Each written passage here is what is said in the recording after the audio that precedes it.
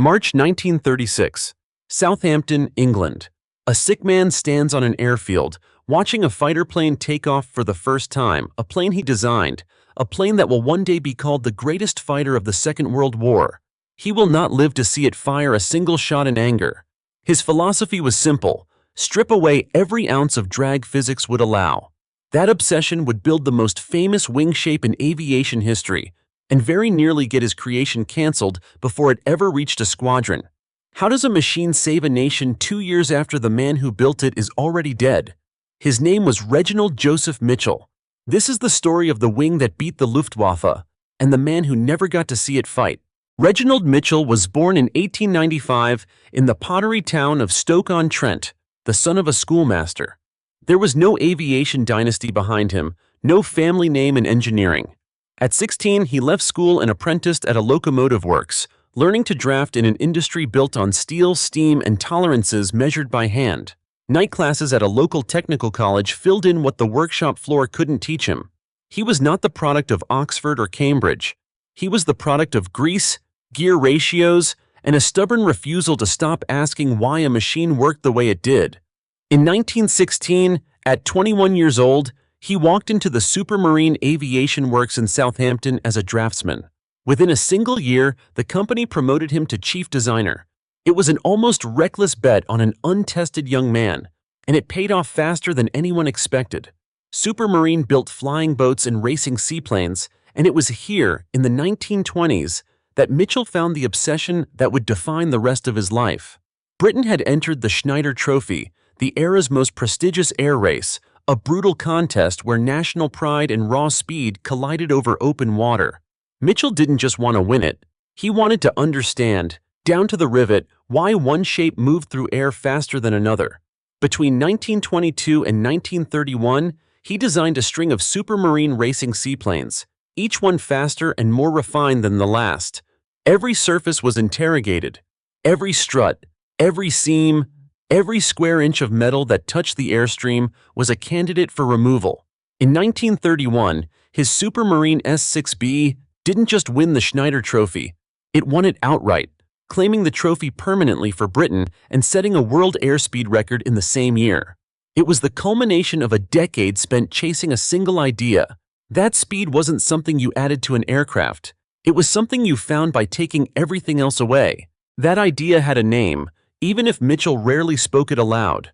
Drag was the enemy, not the engine's limits, not the pilot's skill, but the invisible resistance of air itself. And the purest way to defeat it was mathematical. A wing shaped like an ellipse, tapering smoothly from root to tip, produced less induced drag than almost any other planform physics allowed. It was not a new theory. But building one, shaping metal into a true continuous curve, rib after rib, each one slightly different from the last, was another matter entirely. Most engineers who understood the elliptical wing's advantage also understood why almost no one dared build one for mass production. It was beautiful. It was brutally difficult to manufacture. Mitchell decided he would build it anyway. He carried that philosophy forward from the racing seaplanes into something built to fight, not race. Subtract until physics says stop. It would give his next aircraft a shape unlike anything in the sky, and a production nightmare that would nearly cost Britain the very fighter it needed most. In 1931, the Air Ministry issued Specification F730, calling for a new single-seat fighter to replace Britain's aging biplanes. Mitchell answered with the Type 224, a gull-winged monoplane fighter with a fixed undercarriage and an engine cooling system that never worked as intended.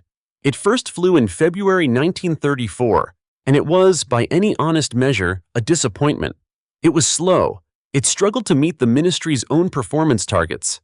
The Air Ministry's enthusiasm cooled almost as fast as the aircraft's troubled engine. For Mitchell, a man who had just spent a decade winning the fastest race in the world, the Type 224's failure was not a footnote. It was a warning that raw ambition alone would not be enough. Across the North Sea, a very different philosophy was already taking shape. In Germany, the Reich Air Ministry, the RLM, was preparing its own fighter competition, and one of the men chasing that contract was a Bavarian engineer named Willy Messerschmitt. Where Mitchell had spent the 1920s obsessed with drag reduction on racing seaplanes, Messerschmitt had built his reputation on something almost the opposite: simplicity. His designs favored a compact, tapered wing, straightforward construction, and, above all, a structure that could be built fast, in volume, by a workforce that didn't need to be master craftsmen. Mitchell wanted to remove everything drag would allow. Messerschmitt wanted to remove everything time would allow. Two engineers, two nations, two philosophies about to be tested in the same war. Mitchell did not walk away from the Type 224's failure. He tore the design apart and started again. The new aircraft, designated the Type 300, kept almost nothing of its predecessor. Gone was the fixed undercarriage. Gone was the gull wing. In its place came a retractable landing gear, a fully enclosed cockpit, and a wing shape Mitchell had been circling back to since his racing days. A thin, elegant ellipse, engineered to carry enough fuel and firepower while keeping drag as close to theoretical zero as 1930s engineering allowed. The Air Ministry, still smarting from the Type 224, was cautious, but the specification kept evolving, and so did Mitchell's design, until the two converged into something neither the Ministry nor Mitchell had quite pictured at the start. On March 5, 1936, the prototype, serial number K5054, rolled out onto the airfield at Eastleigh. Chief Test Pilot Joseph "Mutt" Summers took it up for its maiden flight. It lasted only a matter of minutes, a short, careful circuit to confirm the aircraft was airworthy. But what those minutes revealed was unmistakable. The aircraft was fast, stable, and startlingly responsive, a fighter that seemed to answer the pilot's hands before he'd finished the thought. Summers landed, climbed out, and reportedly told the ground crew not to touch a thing. It was, in his judgment, already right. Word moved quickly. The Air Ministry, watching a design finally deliver on everything the Type 224 had promised and failed to provide, moved with unusual speed of its own. Before full production trials had even concluded, before the bugs of a brand new airframe had been fully worked out, the Ministry placed an order for 310 aircraft. It was an extraordinary act of confidence in an unproven design, and it would soon collide with a problem no one on that airfield in March 1936 could yet see coming. The aircraft needed a name. Supermarine settled on Spitfire, a name Mitchell reportedly disliked, considering it a bloody silly name for a machine he saw as a serious instrument of engineering, not a swaggering nickname. His objection didn't matter. The name stuck, and within it rode the promise of everything Mitchell had chased since his Schneider Trophy days, a fighter shaped by subtraction, built to outturn and outclimb anything Germany could put in the air against it. 400 miles away, Messerschmitt's own fighter was closing in on its own competition win. The RLM's fly-off would settle which German design would arm the Luftwaffe, and Messerschmitt's entry, compact, tapered, easy to mass-produce, was proving just as capable of winning a contract as Mitchell's elegant ellipse had been. Two design philosophies born from two different national instincts about what a fighter needed to be had each just cleared their first hurdle. One was built to be beautiful in the air. The other was built to be everywhere in the air, in overwhelming numbers. Neither Mitchell nor Messerschmitt yet knew how directly those two choices would be tested against each other, or how soon. By the end of 1936, Britain had its fighter on paper and its order placed. What it did not yet have was a way to actually build 310 of them fast enough to matter. On August 4, 1938, the first production Spitfires arrived at RAF Duxford, issued to No. 19 Squadron. The men who climbed into those cockpits were stepping into something genuinely new, a fighter faster and more responsive than anything the RAF had flown before, still trailing the growing pains of a production line that had taken nearly 2 years longer than promised to deliver it. Pilots learned the aircraft's quirks in real time. The narrow undercarriage that demanded a careful hand on takeoff and landing, the retractable gear that some pilots, in the heat of early training, forgot to lower before touching down. But they also learned what the elliptical wing had bought them, a turn radius and a rate of climb that made the Spitfire feel less like a machine and more like an extension of the pilot's own instincts. Through late 1938 and into 1939, more squadrons converted. Number 602 and number 603 squadrons, both Scottish auxiliary units, took up Spitfires as the shadow of war lengthened across Europe. When Germany invaded Poland in September 1939 and Britain declared war, the Spitfire had been in RAF service barely 13 months. It was untested in combat, flown by pilots who had trained on it for months rather than years, built by a manufacturing effort still finding its footing. The wait for a true test did not last long. On October 16, 1939, the Luftwaffe launched an air raid against Royal Navy warships anchored in the Firth of Forth, the first attack on the British mainland since the First World War. Spitfires of 602 and 603 squadrons scrambled to intercept. In the running fight that followed, Scottish-based Spitfire pilots shot down two Heinkel He-111 bombers into the waters of the Forth. It was a small engagement by the standards of what was coming, but its significance was not small at all. It was the first time Mitchell's fighter had drawn German blood, and it did so nearly 2 years after his own funeral, proof, on a cold October afternoon over Scottish waters, that the design he never lived to see in combat could do exactly what he'd built it to do. For the winter that followed, the war on the Western Front settled into what the newspapers called the phony war, a strange lull of mobilization without major combat. Spitfire squadrons used the pause to refine tactics, train new pilots, and push production numbers upward, even as the looming German offensive in the West made clear that the lull would not last. By the spring of 1940, when the Wehrmacht tore through the Low Countries and France in a matter of weeks, RAF Fighter Command found itself with a fighter that had proven itself capable in a skirmish, but was about to be tested in something far larger than anyone in 1936 had imagined. The true trial came in the summer of 1940. With France fallen and the Luftwaffe massing across the Channel, Germany turned its air power toward a single objective: destroy RAF Fighter Command and clear the skies for invasion. What followed became known as the Battle of Britain, and it was the moment the Spitfire's design philosophy met its German counterpart in direct sustained combat for the first time.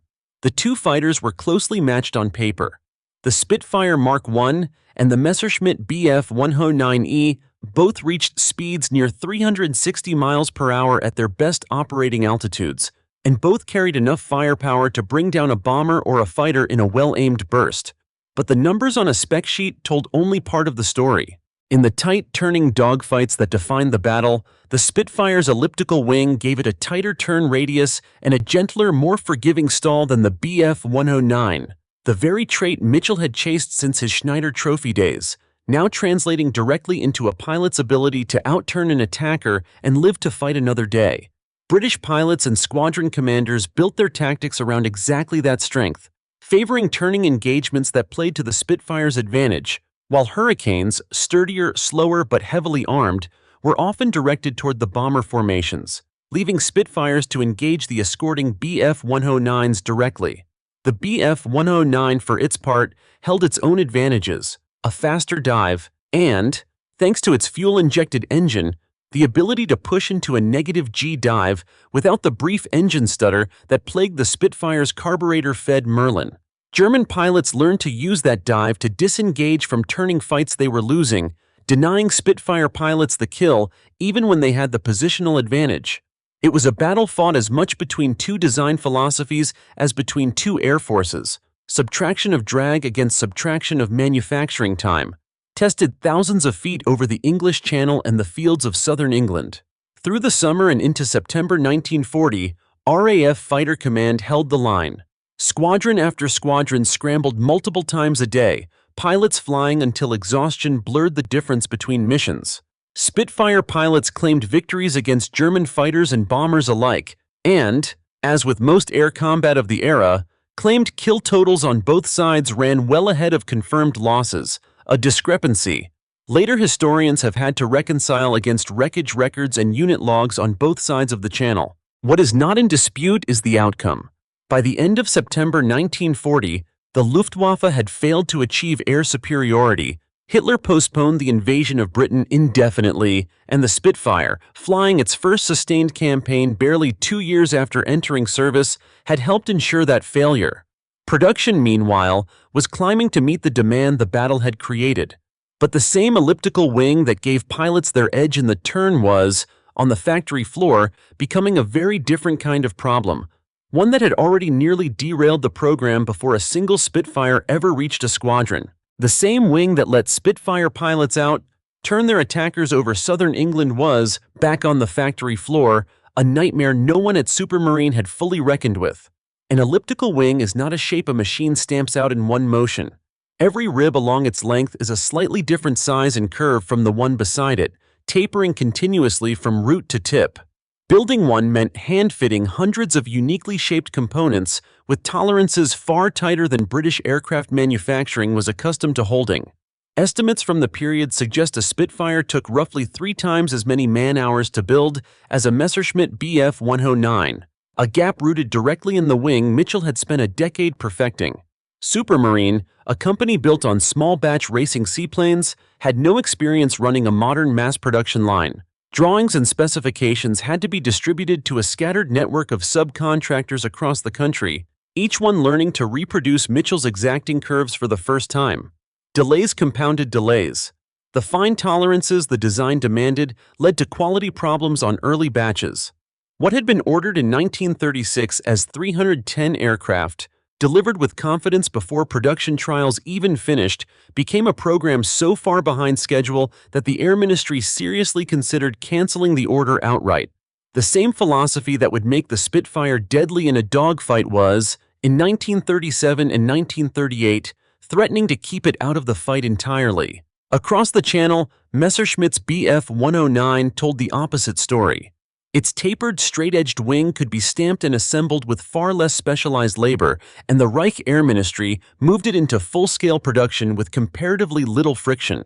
As German rearmament accelerated through the late 1930s, Bf 109s rolled off assembly lines at a pace Supermarines' dispersed, hand-fitted process simply could not match. It was not that German engineers had discovered some secret Mitchell had missed. It was that Messerschmitt had built his fighter around a different question entirely. Not how do I make this as efficient in the air as physics allows, but how do I make this as fast as possible to put in the air, in numbers, when the war actually starts. By the time Mitchell died in June 1937, that gap had already become the program's central danger. His successor, Joseph Smith, inherited not just an unfinished aircraft, but an unfinished factory system. One that would need to be rebuilt into something resembling true mass production before the design underneath it could matter to anyone. The political pressure compounded the technical one. Every month of delay was a month the Air Ministry had to explain to a government increasingly anxious about German air strength. Officials who had gambled political capital on ordering 310 unproven aircraft now faced the possibility of defending a program that couldn't deliver even a fraction of that number on schedule. There was serious internal debate about whether Supermarine's approach could be salvaged at all, or whether Britain would need to fall back on simpler, faster-to-build fighters instead.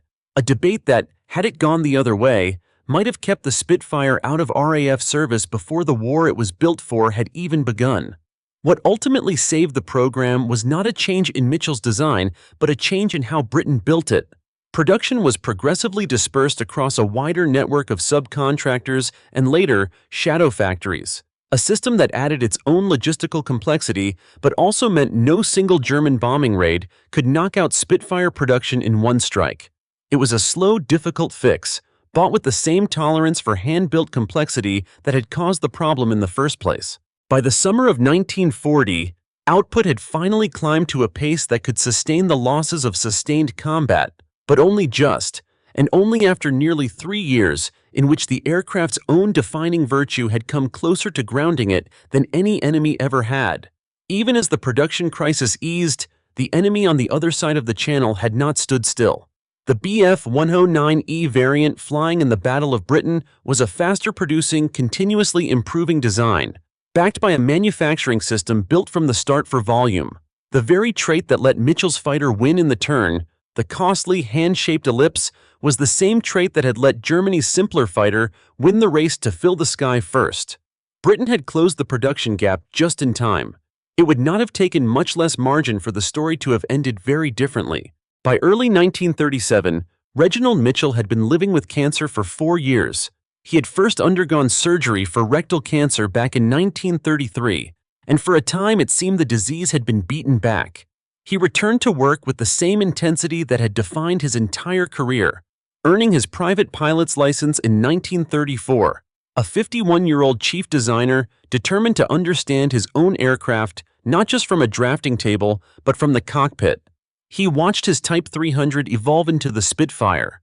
He watched the prototype fly. For a few years, it seemed as though he might see the whole story through to its end. Then, in early 1937, the cancer returned. This time there was no reprieve. Doctors at a specialist clinic gave him a blunt prognosis, perhaps 3 months left to live. Most men, told that, would have stopped working. Mitchell did not. Colleagues who saw him in those final months described a man who kept a drawing board within reach even as his strength failed him, who kept asking after production numbers and structural revisions from what should have been a sickbed. He was, by every account, aware of exactly how little time remained, and he seemed determined to spend what was left of it exactly as he had spent the previous 20 years, bent over the next problem. In April 1937, in a last effort at treatment, Mitchell traveled to Vienna, to a clinic known as the American Foundation, hoping that continental medicine might offer what British doctors could not. It didn't. Within weeks, he understood the trip had been futile, and in May 1937, he returned home to Southampton, not to recover, but to die in familiar surroundings, among the company and the workshop that had defined his entire adult life. The final weeks played out quietly. There was no dramatic last flight, no cinematic farewell to the aircraft that would carry his name into history. Instead, there was a sick room, a family, and the slow, grinding progress of a disease that had already taken more from him than most men are asked to give. On June 11, 1937, Reginald Joseph Mitchell died in Southampton. He was 42 years old. He left behind a fighter that had flown exactly once in front of the public eye that mattered most to him, that brief, celebrated test flight at Eastleigh 14 months earlier, and an order for 310 aircraft that at the moment of his death, Supermarine had barely begun to fulfill. He would never see a Spitfire wear RAF colors. He would never see it climb to intercept a German bomber. He would never know whether the philosophy he had spent his entire career refining, strip away everything drag would allow, would be enough to matter when the war actually came. Command of the program passed to Joseph Smith, Mitchell's longtime collaborator and the man who understood the Spitfire's design almost as intimately as Mitchell himself. It was Smith, not Mitchell, who would spend the next year fighting to turn a brilliant but desperately slow-to-build prototype into a fighter force capable of meeting Germany in the air. It was Smith who inherited the production crisis, the subcontractor delays, and the very real possibility that the Air Ministry might cancel the order his predecessor had died still trying to fulfill. At Supermarine, the mood in the weeks after Mitchell's death was less one of a mourning ceremony than of quiet, urgent continuation. Mitchell himself had insisted, even before his death, that credit for the Spitfire belonged to his team as much as to him. He had asked that his colleagues be given precedence at his own funeral, a final instruction that said as much about the man as anything he ever drew on a board.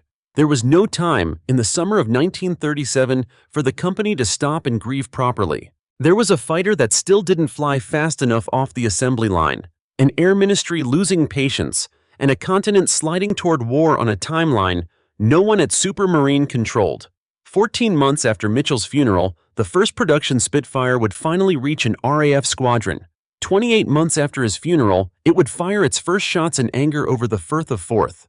Mitchell would be present for none of it. Not the delivery, not the first kill, not the summer of 1940 when his fighter would help decide whether Britain remained free. He had built the machine. He would never know if it worked. Joseph Smith took over a program that was, in the summer of 1937, still closer to failure than to legend. The 310 Spitfires ordered a year earlier existed mostly on paper.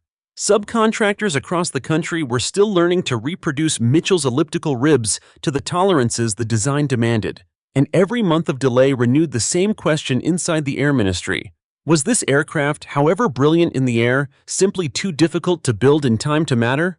Smith did not have the luxury of Mitchell's decade of unhurried experimentation. He had a design he had helped create, a production system that was failing, and a deadline set not by Supermarine, but by the pace of German rearmament across the Channel.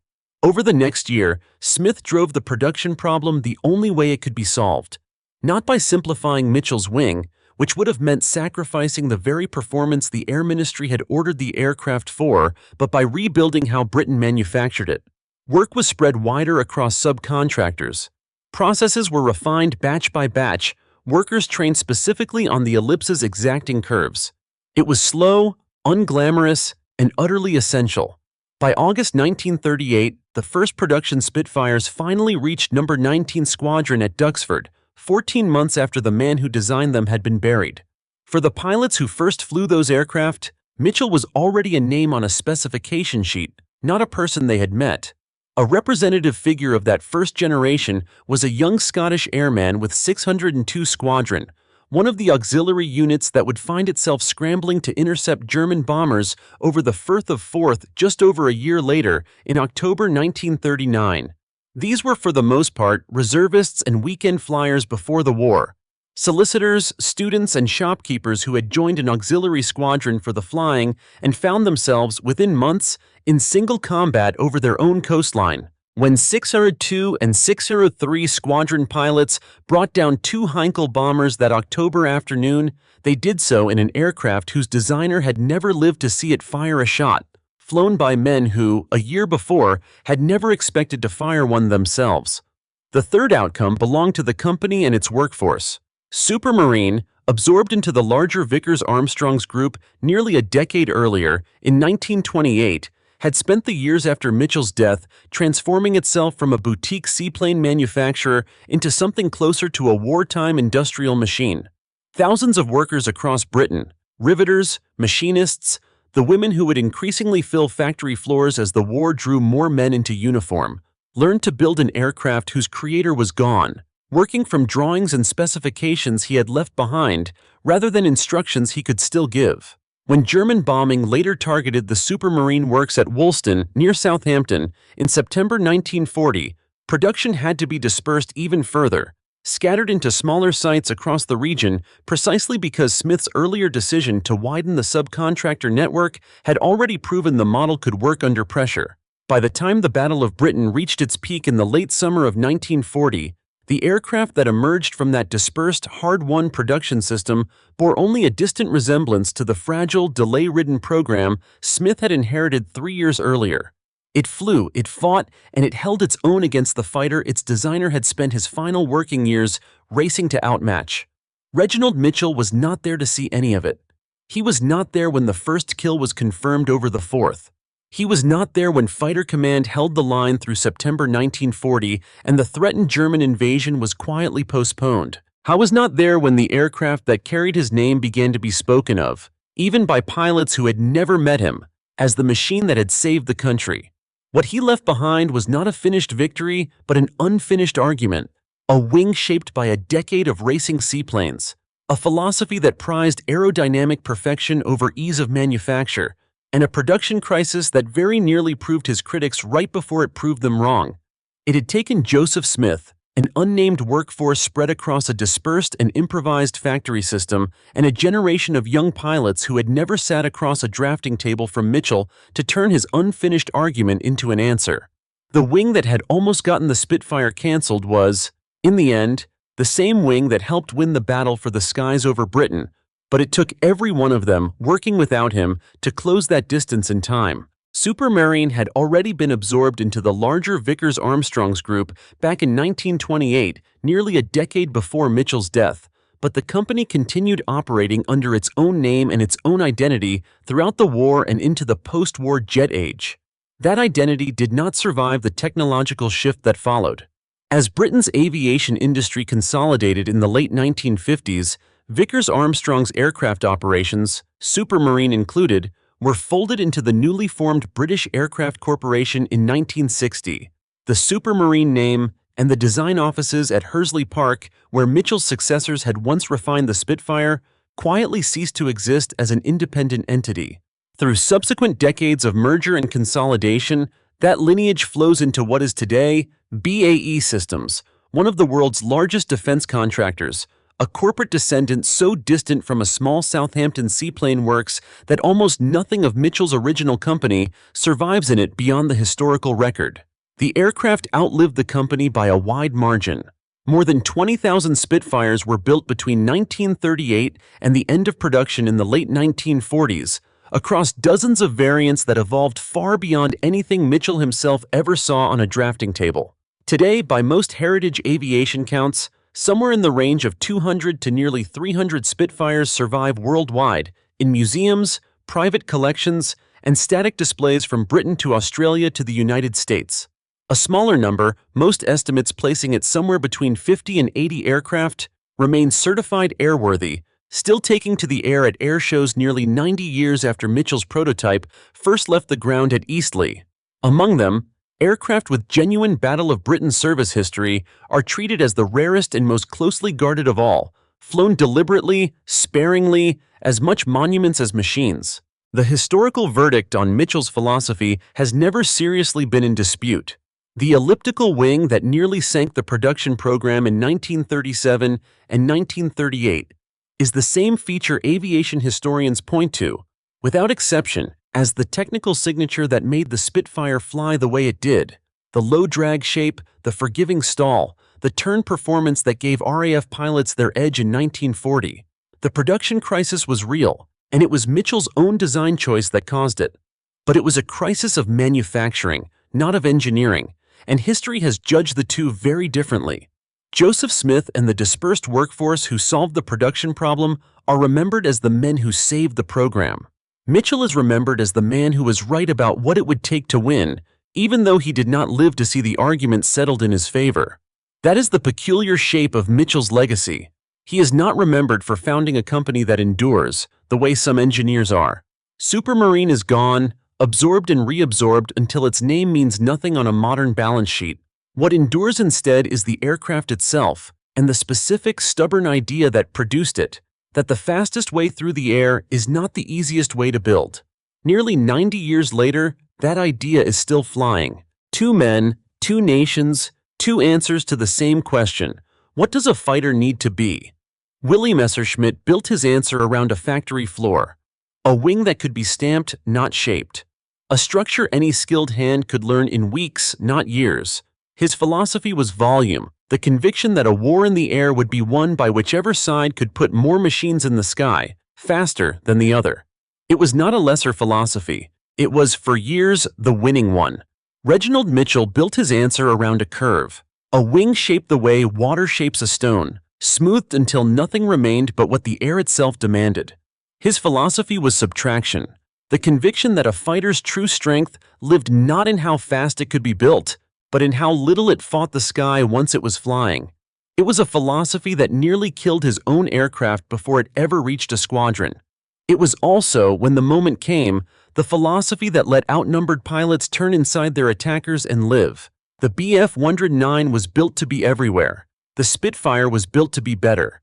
In the summer of 1940, over the fields and coastline of southern England, that difference was tested directly, thousands of feet up, at 360 miles an hour, by young men who had no idea they were also testing two competing theories of engineering itself.